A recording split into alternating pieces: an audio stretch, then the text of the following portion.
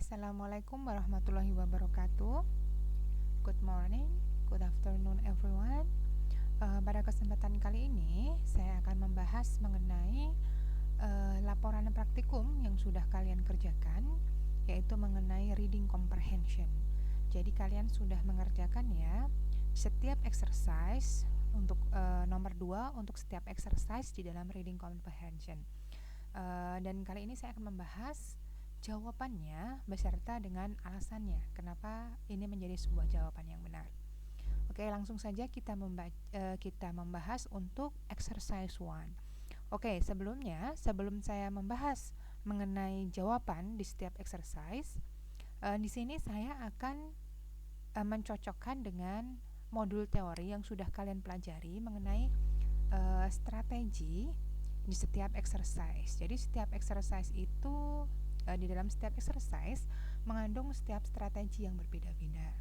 Seperti itu. Oke, sekarang untuk yang pertama, exercise 1. Exercise 1 di sini kita adalah mengenai mind idea. Oke, kita lihat mind idea. Soalnya dulu kita baca. Which of the following would be the best title for this passage? Jadi yang dicari di sini adalah judul yang tepat untuk bacaan ini itu apa? Seperti itu. Oke, berarti ini adalah mengenai judul yang tepat. Bagaimana cara kita mencari judul yang tepat untuk setiap bacaan itu bagaimana? Nah, di sini cara identifikasinya di sini berhubungan dengan mind idea. Termasuk dalam which of the following would be the best title. Oke, di sini adalah judulnya. Bagaimana cara kalian menjawabnya? Maka, jawaban pertanyaan tersebut ditemukan dengan membaca sekilas kalimat pertama masing-masing paragraf. Jika ada satu paragraf, kalian hanya membaca kalimat hanya kalimat pertamanya saja yang kalian baca. Namun jika ada dua paragraf, kalian hanya membaca kalimat pertama di paragraf pertama dan kalimat pertama di paragraf kedua. Kita lihat terlebih dahulu di sini ada berapa paragraf? Ada satu. Jadi kalian cukup membaca kalimat pertama di dalam paragraf ini karena paragrafnya hanya satu. Kemudian setelah itu kalian menentukan judul yang tepat itu apa. Kalimatnya dari Fort Knox, Kentucky, bla bla bla sampai dengan deposits. Artinya apa kalimat ini? Dalam soal ini yang ditanyakan adalah judul. Dalam kalimat pertama, kata kunci yang kita temukan adalah Fort Knox, site of US Army Post, Fort Knox Bullion Depository, US Government Gold Deposit. Yang artinya adalah bahwa sebuah tempat bernama Fort Knox yang merupakan pangkalan militer Amerika yang juga dikenal sebagai penyimpanan emas negara Amerika. Nah, jawabannya yang tepat apa? Judul yang tepat adalah yang C, where the United States keeps its gold, di mana US menyimpan emasnya. Oke, sesuai dengan kalian yang cari adalah kalimat pertama di dalam paragraf tersebut. Ini artinya adalah sebuah tempat bernama Fort Knox yang merupakan pangkalan militer Amerika yang dikenal sebagai penyimpanan emas negara Amerika. Dan judulnya yang tepat adalah yang C, di mana US menyimpan emas negara. Jawabannya adalah yang C. Oke, sekarang kita menuju ke exercise yang kedua. Exercise kedua di sini mengenai apa yang ditanyakan? Kita lihat dulu. Pertanyaannya adalah how is the information in the passage organized? Di sini strategi yang dipelajari yaitu mengenai exercise 2, organization. Adalah organization dari sebuah kalimat di dalam paragraf. Nah, bagaimana caranya? Maka jawabannya dapat ditemukan dengan tetap membaca kalimat pertama pada masing-masing paragraf. Kita lihat ada berapa paragraf di sini? Ada 1, 2, ada 2 paragraf. Nah, kalau 2 paragraf, bagaimana cara kalian mencarinya? Jika terdapat 2 paragraf, bacalah hanya kalimat pertama pada paragraf 1 dan kalimat pertama pada paragraf 2. Lalu simpulkan hubungan paragraf tersebut. Oke, jadi di sini yang kalian cari adalah yang kalian cermati, baca kalimat pertama di paragraf pertama.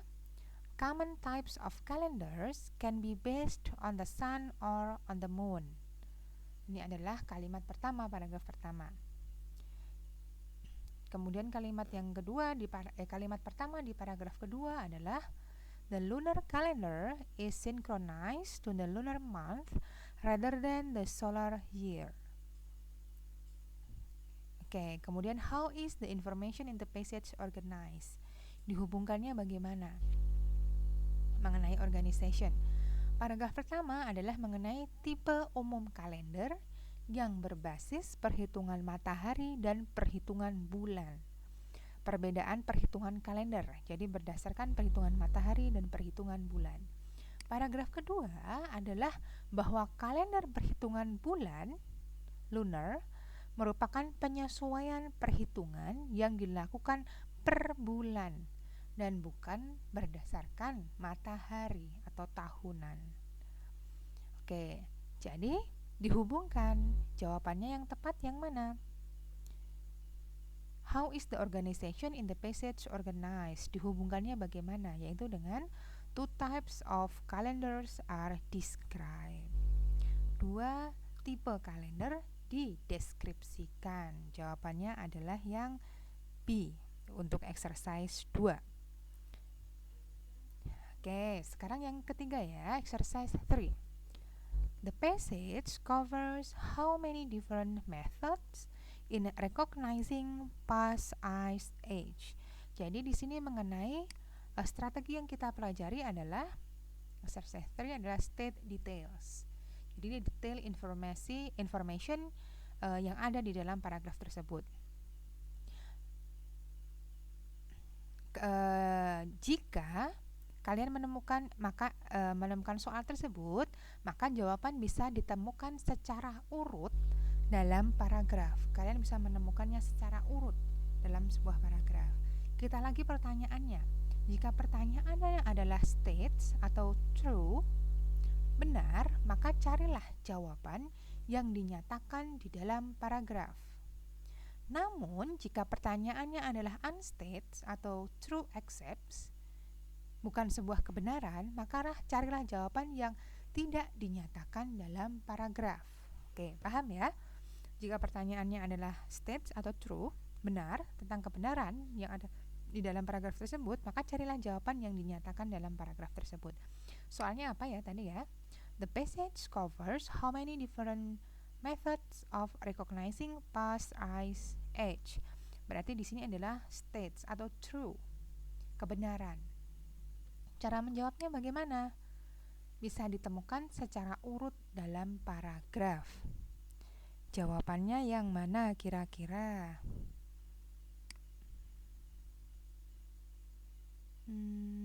Oke. Jawabannya adalah exercise 3 number 2B. 2. Ada berapa methods? How many different methods? Yang pertama ada 2 ya. Yang pertama ini past ice age can be recognized from rock strata bla bla bla. Ini yang satu, methods yang pertama. Method yang kedua adalah ice age can be also be recognized from bla bla bla. Ini adalah method yang kedua. Berarti ada berapa banyak methods? Yaitu ada 2. Jawabannya adalah yang B. Oke, sekarang kita lanjut ke exercise 4. Exercise 4 di sini mengenai apa? The pronoun they in line 2 refers to bla bla bla. Oke. Exercise 4 di sini adalah mengenai pronoun reference. Jika ada pertanyaan the pronoun bla bla bla in line bla bla bla refers to siapa, seperti itu. Bagaimana cara kalian mengerjakannya? Yaitu kata benda yang dirujuk atau referred oleh kata ganti pasti berada sebelum kata ganti tersebut. Jadi kalian dapat menemukan jawabannya pada kata benda yang dirujuk oleh kata ganti pasti yang berada sebelum kata ganti tersebut. Oke, sekarang kalian lihat. Pronoun they in line 2. In line 2 ini ya, they-nya adalah ini. They ini refers merujuk kepada siapa? It is a bright moon which allows farmers to work late into the night for several nights. Tadi bagaimana ya kalian mencarinya ya? Kalian cari kata ganti pasti yang berada sebelum kata ganti tersebut. Coba dirasakan, they ini merujuknya kepada siapa? It is a bright moon which allows farmers, petani, to work late into the night for several nights. They can work when the moon is bla bla bla. They ini siapa? Mereka dapat bekerja ketika titik-titik. Oke, jawabannya adalah kita lihat farmers. Oke, farmers. Di sini merujuk kepada kata ganti pasti yang berada sebelum kata ganti tersebut, yaitu ada farmers. A jawabannya. Exercise 4 number 2 jawabannya adalah A. Sekarang exercise 5. Mengenai apa exercise 5? This can be inferred from the passage that an example of the animal mentions might be bla bla bla. Oke, exercise 5 kita adalah mengenai implied detail. Oke, implied detail. Apa yang tersirat di dalam bacaan? Jadi jawabannya tidak tertuliskan langsung di dalam kalimat, di dalam paragraf tersebut, tapi secara tersirat. Kalian menyimpulkan sendiri. Maka jawabannya dapat ditemukan secara berurutan dalam paragraf.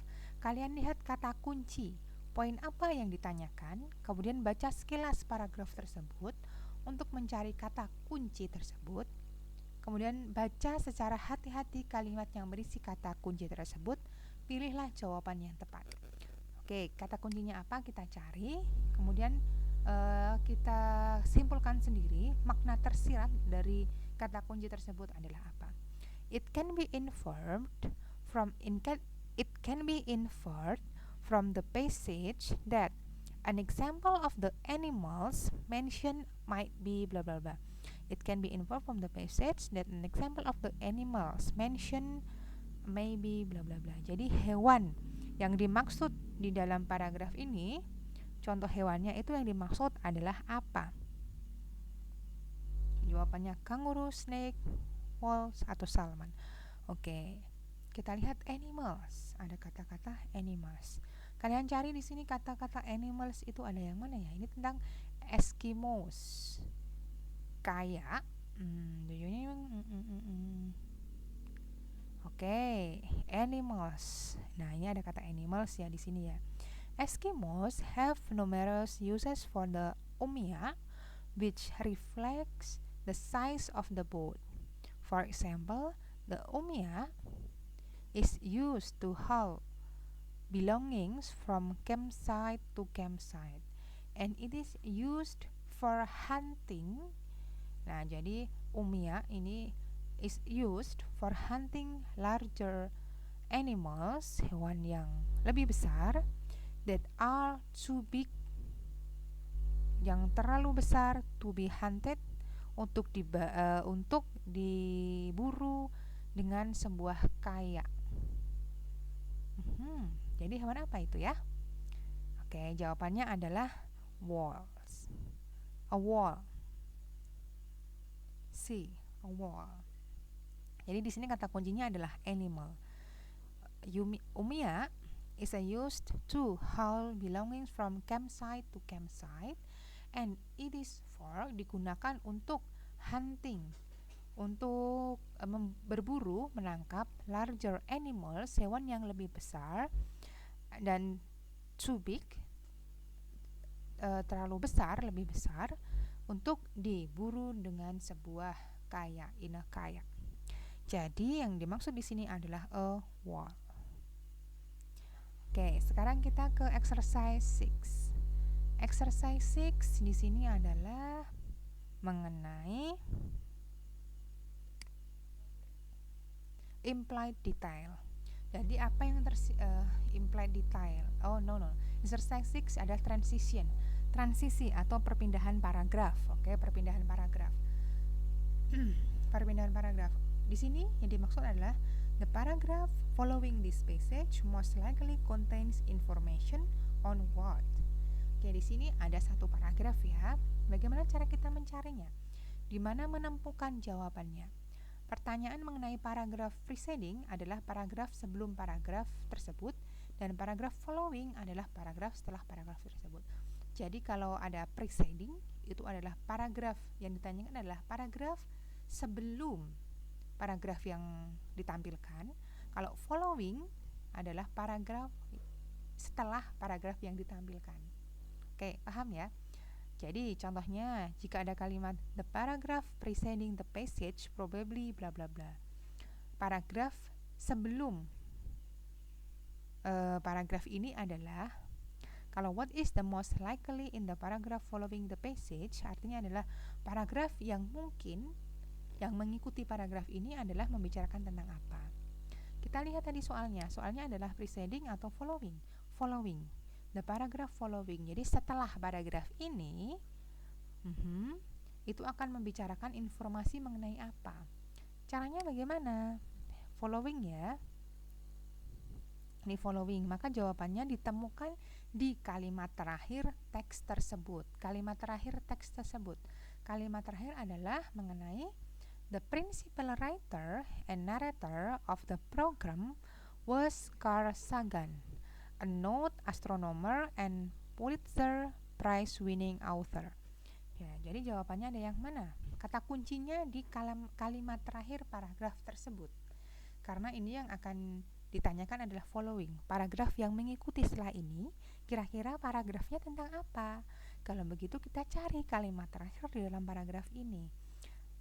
Jawabannya adalah C, the astronomer Carl Sagan. Oke, jawabannya adalah C, the astronomer Carl Sagan. Karena di sini di paragraf terakhir menyebutkan tentang Carl Sagan. Oke, jadi paragraf selanjutnya adalah menceritakan, mengandung informasi mengenai Carl Sagan. Oke, paham ya? Sekarang kita ke exercise 7. Exercise 7 ini adalah mengenai apa? Vocabulary, structural clues, petunjuk struktur. Exercise 7. Di mana kalian menemukan jawaban, informasi yang bisa membantu dalam menemukan jawaban adalah melalui tanda baca, restatement, atau contoh. Kita lihat, in line 10, a cartoon could best be described as bla bla bla. Oke, di baris ke-10, cartoon could best be described as bla bla bla. Cara mencarinya bagaimana? Tadi cara mencarinya. Informasi bisa dibantu dalam menemukan jawaban melalui tanda baca, restatement, atau contoh. Lihat kalimat ke-10, kartun adalah di sini ya. The incident attracted a lot of attention among journalists. First, a cartoon. Nah, ini ada tanda baca di sini. Tadi kan kalian diminta untuk mencari tanda bacanya. Tanda baca ini setelah kata kartun adalah menjelaskan mengenai kartun tersebut. Jadi setelah tanda baca ini, sebelum tanda baca ini, setelah tanda baca ini, sampai dengan sebelum tanda baca ini, kalimat ini, drawn by Clifford K. Berryman to make fun of this situation. Itu adalah menjelaskan tentang kartun. Maka jawabannya adalah drawn by, drawing with a message. C. Oke, ada kata drawn by bla bla bla, maka could be best described as a drawing with a message. Oke, kalian lihat tanda baca setelah kata kartun. Itu adalah mendeskripsikan, menjelaskan si kata kartun tersebut. Oke, sekarang yang exercise 8, exercise 8. Exercise 8 itu tentang apa ya? The word ample in line 7 indicates that the spider is bla bla bla. Oke, exercise 8 adalah mengenai apa? vocabulary, difficult word, kata-kata sulit. Jadi ada kata the meaning of, clauses in meaning to, arti dari kata itu adalah apa. The word apple in line 7 indicates that the spider is bla bla bla. Di mana kalian mencarinya? Informasi yang bisa membantu dalam memahami makna dari kata yang tidak Anda ketahui ditemukan dalam kalimat yang mengandung kata tersebut. Kalian cari line 7. 1, 2, 3, 4, 5, 6, 7. More ample. Oke. Ample, kata ample di sini maksudnya adalah apa? Kalian lihat dulu kalimat sebelumnya. The female is. Kalian cari di dalam kalimat tersebut ya. Jadi jawabannya bisa kalian kira-kira, kalian tarik jawabannya apa dari kalimat yang mengandung kata yang ditanyakan. Jadi ada kata ample. Kita lihat kalimatnya tersebut yang mana? The female is considerably more ample than the male. Jadi yang female ini lebih ample than the male. Nah, ample ini maksudnya apa? Roughly 4 times lah ini, larger on the average. Lebih besar. Berarti yang dimaksud larger itu yang mana? Oke, large. Ample di sini maksudnya adalah that spider is large. Oke. Roughly 4 times larger on the average. Large berarti lebih besar, lebih lebar. Berarti jawabannya adalah yang B, large. Sekarang yang exercise 9.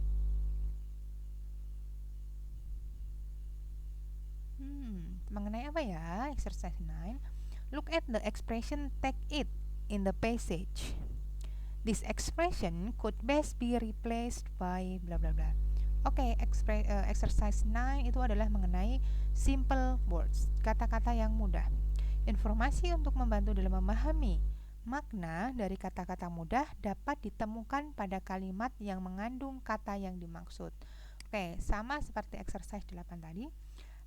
This expression could be replaced by, kalian lihat kata ekspresi take it itu bisa diganti dengan apa? Take it, mana ada kata take it? Ini ya, should take it that the price of an item is being given. A visitor to that area, if told it will be too big, should take it that the price of an item is being given. Oke, take it di sini artinya adalah dapat diganti dengan kata atau maknanya sama dengan be, understand. Good. Bisa dipahami, understand. Take it di sini artinya adalah dipahami.